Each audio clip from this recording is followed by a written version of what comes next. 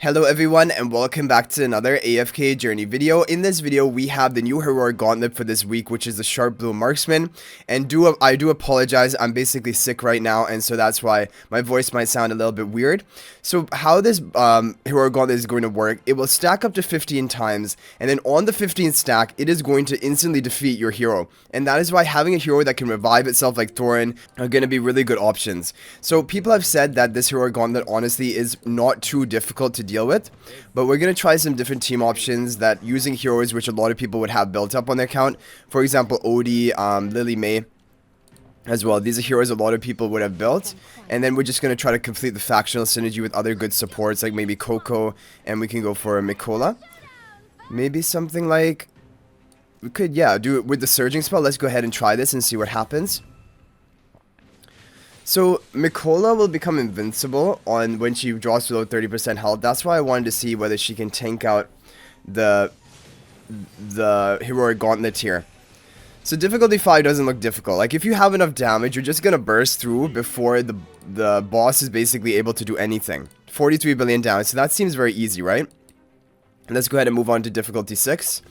So, based on that, I still think we need to have Thorin up in the front. It'll be better if we do that. But we can have Mikola off. We can have Mikola off to the side for sure.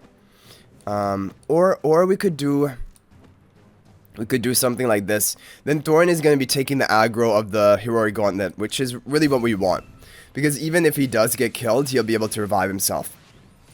We just want to have one ally behind him, and we're protecting the Mikola is basically protected by being behind him. So there we go. Yeah, this looks really easy. You can basically use any damage dealers along with this. Just try to complete your factional synergy. Use a buffer like Mikola for the attack buff. Coco, the damage reduction, could be useful.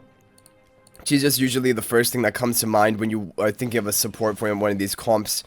Let's say I don't know. Let's say you don't have Lily May, and what other hero could be useful? We're gonna use our Hugin, because our Hugin is our only legendary plus on this account. I want to see whether that can work, because Hugin would seem like a good option, buffing up Odie further. Let's go ahead and do... Yeah, let's do this. So Hugin at Legendary Plus, let's see if there's going to be enough. That is going to increase Odie's damage. Now Odie is our only damage dealer. We're on difficulty 7 right now. Thorin is going to be tanky thanks to the charm bonus of Coco onto Thorin. So Thorin is going to go down, and now Mikola is going to be targeted, but Mikola has invincibility thanks to her charms. And now the heroic gauntlet is switched back to... Well, he was attacking the Coco, then... Okay. So this still looks fine, like even with the legendary plus Hugin. Yeah, I mean, there's not really much to say about this heroic gauntlet. Like, it seems very, very simple. We can try some alternative teams, but Thorin does seem like the best option to me because he has multiple lives. Brutus will only have, like, one, basically. But let's try Brutus. Like, let's say you don't have Thorin, and you wanted to go for Brutus here. I think, again, going for the charm bonus onto the tank is good, because for the first 8 seconds, that tank is going to take heavily reduced damage. The boss is doing a lot of damage, like maybe if your Brutus isn't that highly ascended, he would proc the invincibility earlier on. The surging spell is going to give us the shield, Coco going to give us a damage reduction, and once Coco's ultimate goes off, then the boss probably is not going to be able to kill it, but they can get the instant defeat onto the Brutus. That is the thing. I think it just comes down to if you have enough damage, whatever tank you use, whether it's Brutus, Thorin, is going to be enough to handle this. But before we end off the video, guys, I wanted to go through the infographic for this heroic gauntlet made by Fred, and big credit to him because he makes an infographic pretty much for each heroic gauntlet and even the challenge missions, so that is really helpful for people.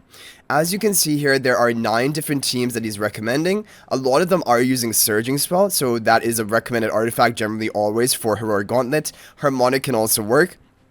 And if you take a look at the recommended heroes, a lot of them are going to be Lily May, Odie, because those are the key damages a lot of people have built up, and those are going to be one of the best options for this boss. Merrily can also work if you have Merrily built, or even Velka. Her damage is not bad, but I think less people have Velka built up. For the support heroes, as you can see, Coco, Mikola definitely do well, like in the teams we tested. Damien can do well as a healing support, and Rainier can also be good if you have him at Mythic Plus to burst the boss quicker, but it really isn't needed for this, so don't worry.